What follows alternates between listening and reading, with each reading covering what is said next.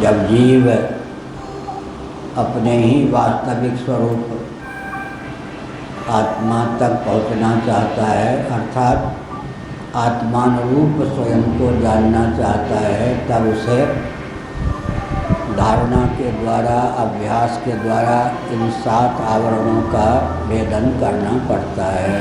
इसलिए मुद्गलोपनिषद, भामती आदि में स्थूल शरीर का एक नाम है 7 कौशिक। 7 कौशिक माने 6 कोषों वाला। अन्नमय कोष स्थूल शरीर है, इस कोष के भी 6 कोष हैं, अर्थात स्त्री पुरुष दोनों शरीरों में साम्य की दृष्टि से 6 धातुओं का उल्लेख किया गया। तो स्थूल शरीर 7 कौशिक है। सेवन करने की भावना से, आनंद भुक्त होने की भावना से व्यवहार में कितना भी प्रमोद क्यों न प्राप्त हो, उसको भी छोड़ देते हैं। विषयजन्य आनंद का विस्मरण हुए बिना, त्याग किए बिना गाढ़ी नींद संभव नहीं है। गाढ़ी नींद के बिना, पागल हुए बिना रह नहीं सकते। इसलिए कम्युनिज्म पर तो गाढ़ी नींद का वेग ही पानी फेर देता। इतना दुर्बल सिद्धांत है कम्युनिस्टों का, देहात्मवादियों का, लोकायतिकों का, कि 24 घंटे भी अपनी मान्यता को चिपका कर नहीं रख सकते। अगर शरीर ही सचमुच में आत्मा है, तब शरीर को भुलाकर सोने की भावना क्यों होती है? विश्व सुंदर हो या विश्व सुंदरी, अपने शरीर की आभा प्रभा शोभा को निरखता रहे। पागल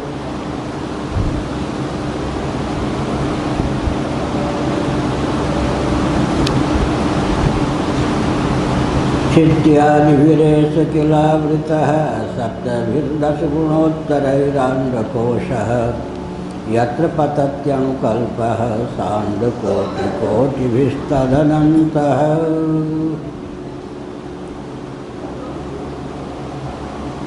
सप्तावरण का कल वर्णन किया गया। पृथ्वी, जल, तेज, वायु और आकाश, इनका जो सूक्ष्म रूप है, उन्हीं को 5 आवरण कहा गया है। वेदांत प्रस्थान में अपंजीकृत पंचमहाभूत कहा जाता है। सांख्य प्रस्थान में गंध, रस, रूप, स्पर्श और शब्द तन्मात्रा कहा जाता है। अपंचीकृत पंचमहाभूत को ही सांख्यवादी पंच तन्मात्रा कहते हैं। ऊपर से नीचे की ओर शब्द, स्पर्श, रूप, रस, गंध, ये 5 तन्मात्राएं हैं। इन्हीं को वेदांती अपंचीकृत आकाश, अपंचीकृत वायु, अपंचीकृत तेज, अपंचीकृत जल और अपंचीकृत पृथ्वी कहते हैं। ये 5 आवरण हैं। नीचे से ऊपर पृथ्वी, फिर जल, फिर तेज, फिर वायु, फिर आकाश। उसके बाद अहं तत्व का आवरण है। अहं तत्व भी आवरण कहा जाता है। फिर महत्तत्व भी आवरण कहा जाता है। समष्टि बुद्धि को महत्तत्व कह सकते हैं। कार्यकोटि प्रविष्ट ये 7 आवरण हैं। महत्तत्व, अहं तत्व, अपंचीकृत आकाश, अपंचीकृत वायु, अपंचीकृत तेज, अपंचीकृत जल और अपंचीकृत पृथ्वी। सप्तावरण। प्रकृति, जिसको अव्यक्त, प्रधान और विवक्षावसात माया भी कहते हैं। वेदांत प्रस्थान में ब्रह्म की वह शक्ति है। ब्रह्म शक्ति रेव प्रकृति ही निरालंबोपनिषद। कार्यकोटि प्रविष्ट 7 आवरण और आठवें आवरण के रूप में हम लोग प्रकृति को लेते हैं, जिसका क्षेत्रफल अधिक होता है वह आच्छादक बन जाता है। इस दृष्टि से हम आवरण शब्द का प्रयोग करते हैं। जब जीव अपने ही वास्तविक स्वरूप आत्मा तक पहुंचना चाहता है, अर्थात आत्मानुरूप स्वयं को जानना चाहता है, तब उसे धारणा के द्वारा, अभ्यास के द्वारा इन 7 आवरणों का भेदन करना पड़ता है। पहले पृथ्वी, जल, तेज, वायु, आकाश, आमतत्व और महत्तत्व, ये स्वरूप के मानव आच्छादक हैं। एक दृष्टि से यह भी आवरण का अर्थ होता है। अज्ञाने नावृतम ज्ञानम नाहं प्रकाश सर्वस्य योग माया समावृता। इन वचनों के अनुसार आवरण का अर्थ यह भी होता है। तादात्म्यापत्ति के कारण आत्मा में अध्यस्त पदार्थ भी आवरण का काम करते हैं। अज्ञाने नावृतम ज्ञानम नाहं प्रकाश सर्वस्य योग माया समावृता। विचित्र बात, यद्यपि यथा गगन घन पटल निहारी झांपयु भानु काहि कुविचारी, अध्यात्म रामायण का ही अनुवाद है, तुलसीदास जी ने किया। यथा गगन घन पटल निहारी झांपयु भानु काहि कुविचारी। जिनके जीवन में उत्तम विचार की प्रतिष्ठा नहीं है, वे गगन घन पटल को निहार कर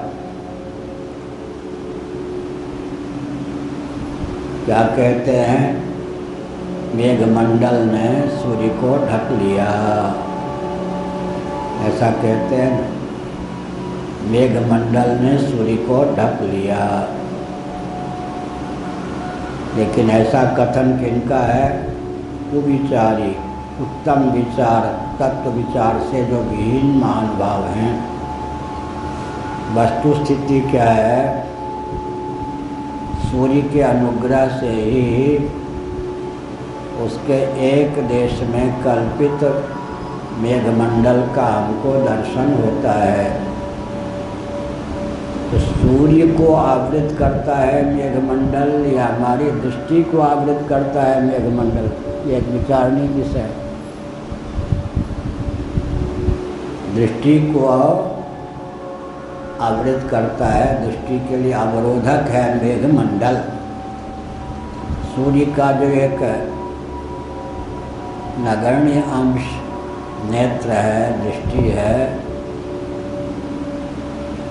उसकी सूर्य तक गति मेघमंडल के कारण नहीं हो पाती। वस्तु स्थिति यह है कि नेत्र दृष्टि का अवरोधक मेघमंडल है, लेकिन हम आरोप कर देते हैं कि सूर्य का ही आच्छादक मेघमंडल है। बहुत विचित्र बात है। राहुग्रस्त दिवाकर हो तो राहु का दर्शन भी तो दिवाकर के अनुग्रह के बिना संभव नहीं है। इसी प्रकार से जब हम मेघमंडल के द्वारा सूर्य को आवृत मानते हैं, उस समय भी मेघमंडल का दर्शन तो सूर्यानुग्रह से ही हमको प्राप्त है। कभी कभी परिच्छिन्न का अवरोधक बन जाता है विभु, कभी कभी विभु का अवरोधक बन जाता है परिच्छिन्न भी।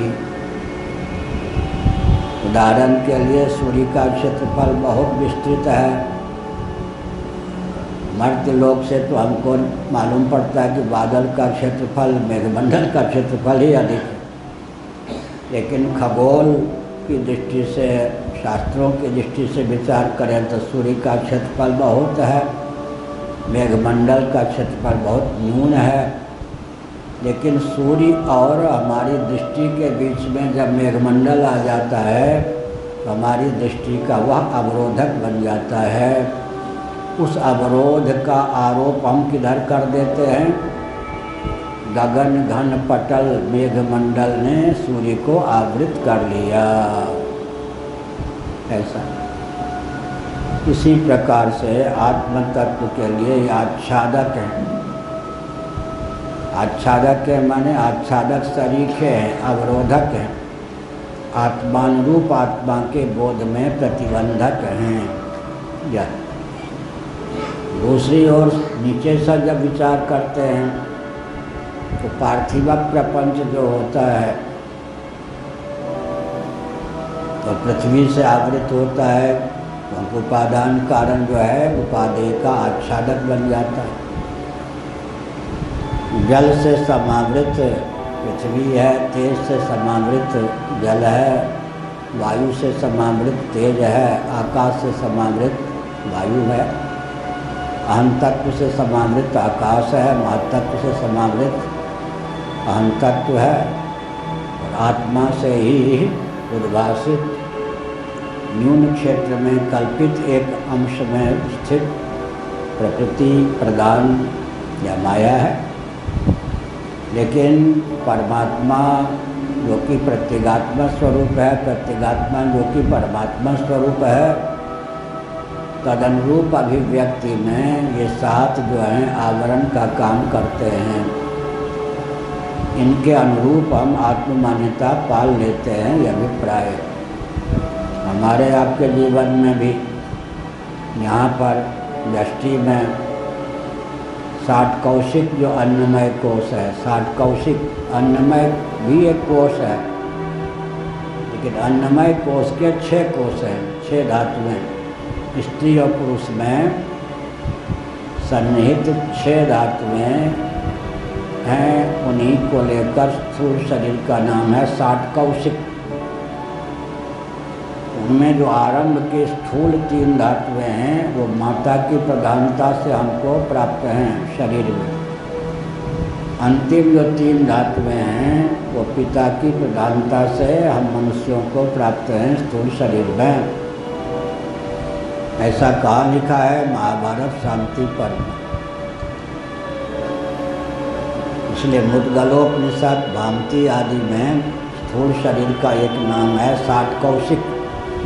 60 कौशिक माने 6 कोषों वाला अन्नमय कोष स्थूल शरीर है। इस कोष के भी 6 कोष हैं, अर्थात स्त्री पुरुष दोनों शरीरों में साम्य की दृष्टि से 6 धातुओं का उल्लेख किया गया, तो स्थूल शरीर 60 कौशिक है। उसके बाद कर्मेंद्रियों के सहित प्राणों को प्राणमय कोष कहते हैं, ज्ञानेंद्रियों के सहित मन को मनोमय कोष कहते हैं, ज्ञानेंद्रियों के सहित बुद्धि को विज्ञानमय कोष कहते हैं। फिर प्रिय मोद प्रमोद अभीष्ट विषय के संसर्ग से जो प्रिय मोद प्रमोद की स्फूर्ति होती है वह फलात्मक आनंदमय कोष है।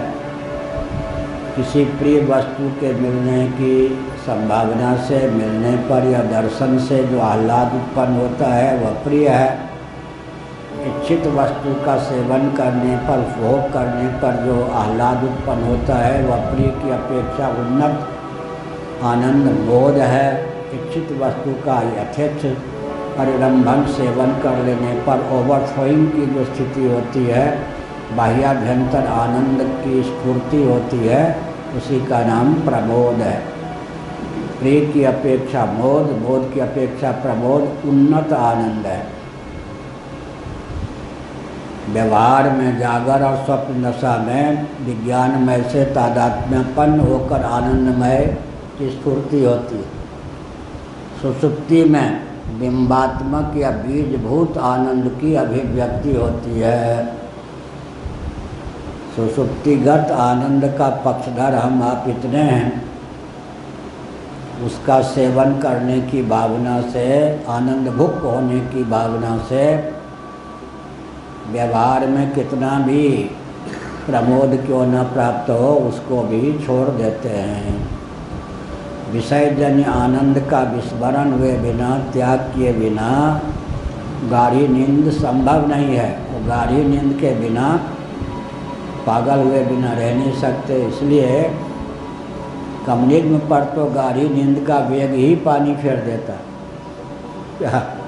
इतना दुर्बल सिद्धांत है कम्युनिस्टों का, देहात्मवादियों का, लोकायतिकों का कि 24 घंटे भी अपनी मान्यता को चिपका कर नहीं रख सकते।